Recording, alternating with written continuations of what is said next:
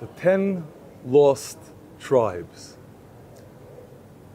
Lost to all of history, right? Well, there is one place on earth where you can actually seek physical evidence that the 10 lost tribes were not entirely lost. And that place actually is right here. We're standing at the wall of King Hezekiah. It was discovered shortly after the Six-Day War. The entire Jewish quarter was entirely in ruins after the devastation of 19 years of Jordanian occupation. But you know the rule in Jerusalem, you can't build anything until the archaeologists come through in order to check what's underground. When they found this, it was such a stupendous find. The question arose, can you really ever build over it? Reportedly, that question went up the chain of command until it landed on Golda Meir's desk.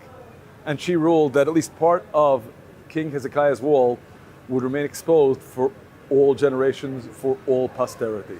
Now, what's the story behind this wall? This is an excellent illustration of a principle that gets borne out over and over and over again in the land of Israel. Why are there archaeologists? Simply in order to help us understand better the words of God in the Bible.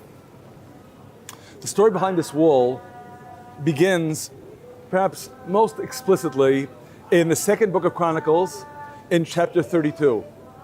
King Hezekiah realizes that Sennacherib, who has entered the land of Israel following the trajectory of the Fertile Crescent from the north and has destroyed the kingdom of northern Israel, isn't finished.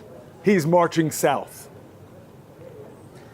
And when Hezekiah saw that Sennacherib was come and that his face was to fight against Jerusalem, he took counsel with his princes and his mighty men, and he strengthened himself and built up all the wall that was broken down and raised it up to the towers and outward to the other wall.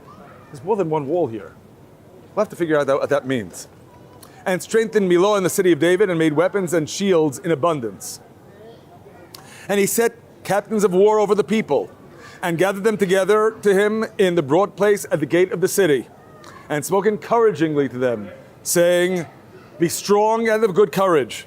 Be not afraid or dismayed for the king of Syria, nor for all the multitude that is with him. With him is an arm of flesh, but with us is the Lord our God to help us and to fight our battles. And the people relied upon the words of Hezekiah, king of Judah. So this wall was built as part of the preparation for the impending battle with Sennacherib. Well, these reflect shortly on just how successful these fortifications were. But one thing we need to stress, and it's something that Isaiah stresses in chapter 22, a very harsh prophecy. The burden concerning the Valley of Vision. What's the Valley of Vision? The Valley of Vision is Jerusalem. Again, getting back to the 10 lost tribes.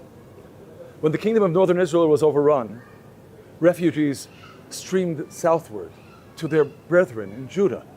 They built their homes round about the city of Jerusalem. But the city of Jerusalem at that time was still just the city of David, the southern slopes of the Temple Mount.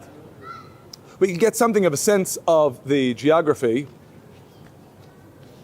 The green marks the old wall of the city of David, the beginning of the first temple period. King Hezekiah needs to build a whole new wall. It's this golden wall here that more than triples the size of Jerusalem. Because all those Israelites who streamed to Judah, fleeing from Sennacherib, built their homes round about the city of David. King Hezekiah realizes he needs to protect them. But you know, Jerusalem is surrounded by mountains. You can't build a wall wherever you please. It has to follow the contours of the land. So unfortunately for the folks who built their homes over here, eminent domain, their homes became part of the wall that King Hezekiah built.